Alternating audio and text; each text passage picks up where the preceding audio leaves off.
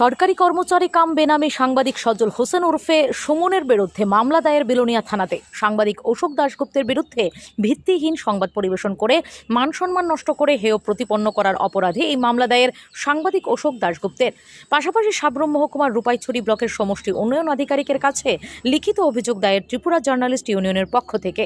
শুক্রবার বিকেল 4:30 নাগাদ ইউনিয়ন জার্নালিস্টের এক প্রতিনিধি দল রূপাইছড়ি ব্লকের সমষ্টি উন্নয়ন আধিকারিক নিকট দেখা করে সজল হোসেন ওরফে সুমনের কীর্তিকলাপ তুলে ধরে দৃষ্টান্তমূলক ব্যবস্থা নেওয়ার দাবি জানান। শুধু ত্রিপুরা জার্নালিস্ট ইউনিয়ন না, গত কিছুদিন আগে দক্ষিণ জেলার 3টি মহকুমা সাব্রম, শান্তিরবাজার ও বিলোনিয়ার সাংবাদিকের এক প্রতিনিধি দল দেখা করেন রূপাইছড়ি ব্লক সমষ্টি উন্নয়ন আধিকারিকের সাথে। সাংবাদিক অশোক দাশগুপ্তের বিরুদ্ধে ভিত্তিহীন সংবাদ পরিবেশনের ন্যাক্কারজনক বলে সরকারি কর্মচারী কাম বেনামী সাংবাদিক সজল হোসেনের বিরুদ্ধে ব্যবস্থা নেওয়ার জন্য জোরালো দাবি জানান। বক্সনগর ও সোনামুড়া এলাকায় কিছু ওয়েব মিডিয়া সহ প্রিন্ট মিডিয়া ভিত্তিহীন সংবাদ পরিবেশন করিয়াছে সাব্রম মহকুমার রূপাইছড়ি ব্লকের এলডিসি পদে কর্মরত সজল হোসেন ওরফে সুমন। এই সজল হোসেনের বাড়ি সোনামুড়া বক্সনগর এলাকায়।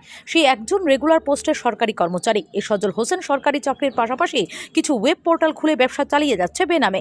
শুধু তাই নয়, সাংবাদিকতার মতো মহান পেশাকে ধূলিসাৎ করার জন্য সাংবাদিক হিসেবে নিজেকে পরিচয় দিয়ে অপকর্ম করে যাচ্ছে এমনই অভিযোগ রয়েছে সংবাদ মহলে। এছাড়া প্রেস স্টিকার বাইক বা গাড়িতে লাগিয়ে অনায়াসে চলাফেরা করছে বলে এমন অভিযোগ রয়েছে। এই ঘটনার সেখানকার মূল স্রোতের সাংবাদিকরা ভালোভাবে নিচ্ছে না।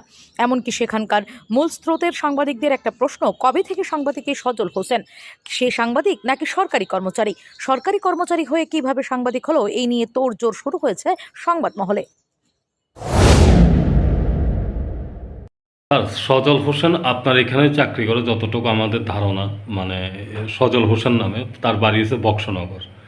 আপনাদের এখানে চাকরি করে, সে চাকরি করার অবস্থা কি করে সে সাংবাদিকতা মানে করতে পারে, এটা কি আপনার জানা আছে? তো এরকম একটা অভিযোগ আপনাদের থেকে এই জাস্ট আমি পেলাম। তো আপনারা যেমন সাবরুম, তারপরে শান্তিরবাজার এবং বিলোনিয়া প্রেস ক্লাবের পক্ষ থেকে আপনারা এসেছেন। তো আপনারা যেটা অভিযোগ করেছেন সেটা আমরা খতিয়ে দেখব।